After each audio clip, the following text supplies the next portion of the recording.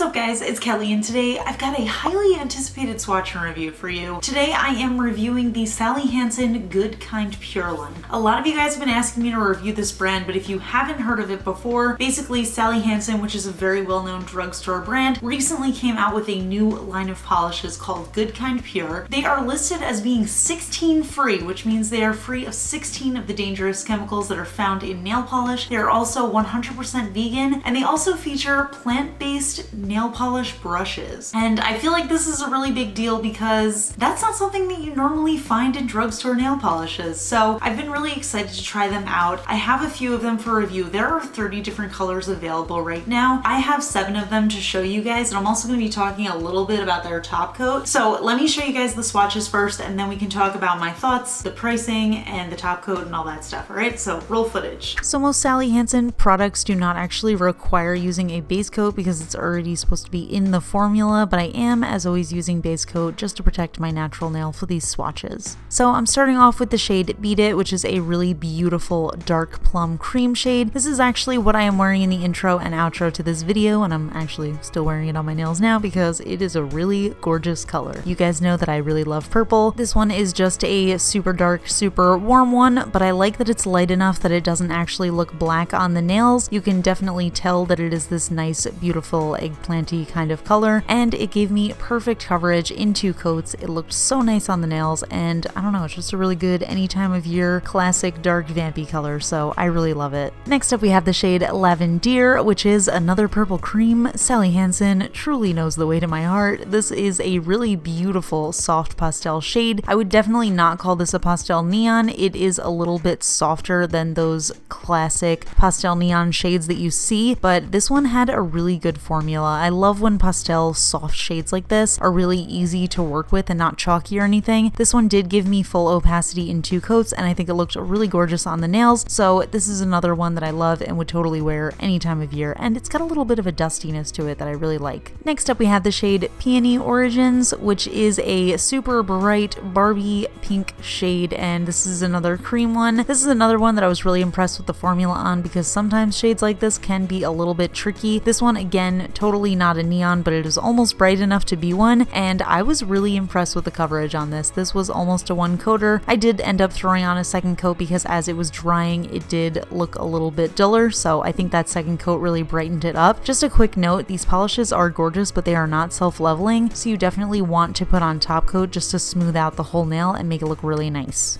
Next up we have the shade Sweet Berries, which is a really beautiful pinky reddish color that features those little tiny glass flecks that are pretty translucent and look a little bit pinky on the nail. I love those little types of flecks. I think they're so beautiful. I love seeing them in any color. This one was pretty much a 1-coater. I was really impressed with the coverage on this. Just for consistency's sake, I did throw on a 2nd coat just to show you guys what that looked like, and I was really impressed with this one. I think it's so gorgeous. I absolutely love the little flecks in it. I think that really adds to it if you are a red nail polish lover, but you want something with a little bit of extra spice to it. I think this is a great option for you, and again, just in any time of year color.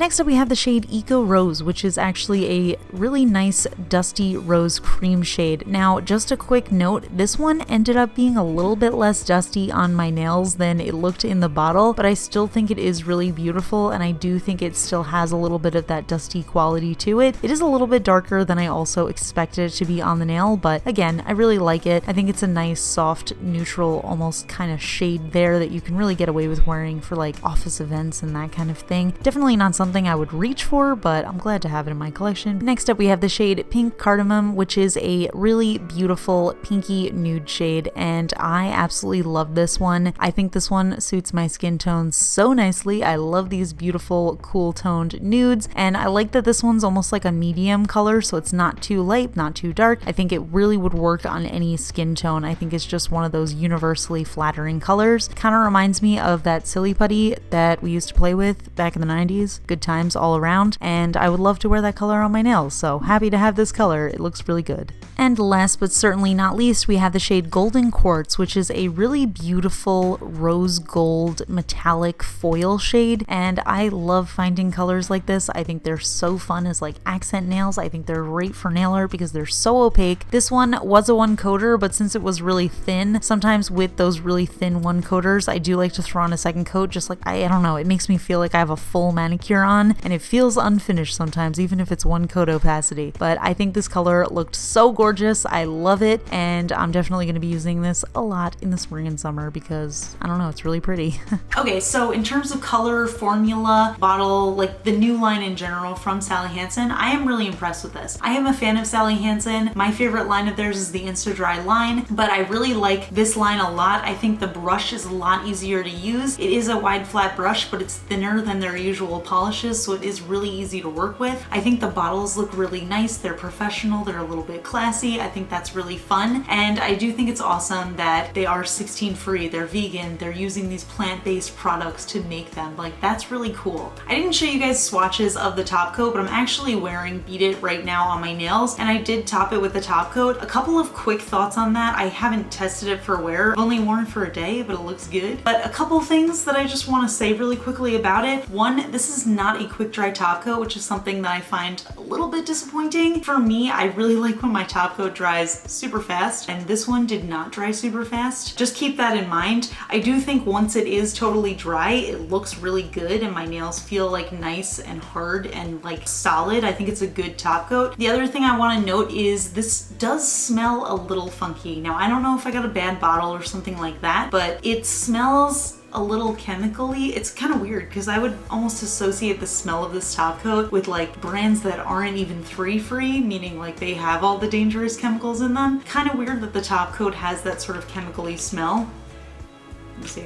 That is a strong smell, and I'm a person who's surrounded by nail polish, so I don't know if I would necessarily recommend the top coat. If you already have a top coat you love, I don't think you need this. I do think it's hard to come by a top coat that is free of a bunch of stuff, but I don't even see on here if it says if this is 16 free as well. But I mean, it is from the Good Kind Pure line, so I'm assuming it is. But yeah, if you already have a top coat that you like, I don't think you need this one. I don't think it's particularly amazing, and I don't think it's really worth the price. I do think that the other colors are really good, but yeah, I'm not a huge fan of the top coat. Okay, so onto pricing. The pricing of these polishes vary based on where you get them, and this is where it gets a little bit confusing. I'm pulling this information directly from the Sally Hansen website, so it might be different at retailers that you're going to, but this is the recommended pricing from Sally Hansen. So at CVS, it costs $9.99 USD per bottle, and at Ulta, it is $8.99 USD per bottle. If you buy it online, it's a little bit cheaper. On Amazon, it is $6.79 USD per bottle, but overall, we're looking at a range between $7 and $10. So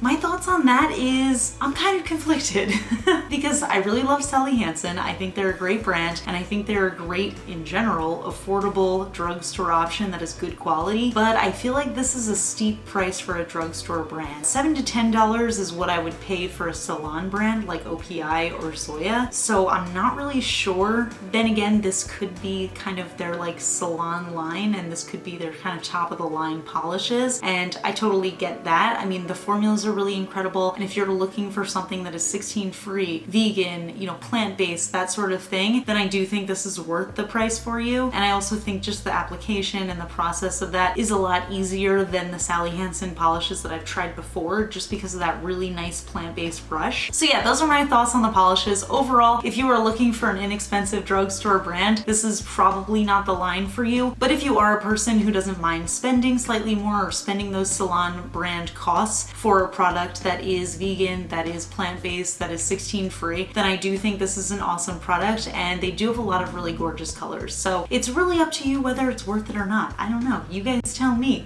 But yeah, I would love to know your thoughts on it. Let me know in the comments if you've picked any of these up yet. If you think they're worth it, I would love to know. So yeah, definitely leave me a comment. If you like my swatch and review videos, please give this one a thumbs up. It lets me know that I'm doing well, and it makes me want to do more. And if you're not already subscribed to my channel, please consider subscribing. I do a lot of nail polish swatching. I do nail art tutorials. I do occasional makeup videos, and I don't know, I think we have a good time, so join us.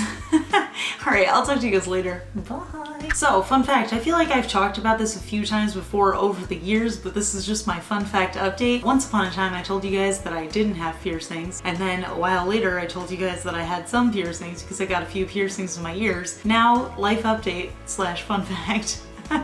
I no longer have those piercings in my ears because I got a cartilage piercing and then I got my second hole pierced. I do have my first hole pierced, but I haven't put earrings in it in a really long time. But I did briefly once I had the second hole pierced, and both of my ears got very badly infected over the course of like a year and a half. So I took them out last year. Actually, I had to get them forcibly removed. A tattoo artist had to cut them out of my ear, which was a miserable experience. And as much as I would love to be the person who has like a full ear of ear piercings because I think that looks so cool, I am now terrified of getting my ears pierced. I think it's because I dye my hair so often and I use those color conditioners, and it just did not work out well with the piercings, and they just got so infected. My ears were super swollen. It was so painful. I couldn't sleep on my ears for like months.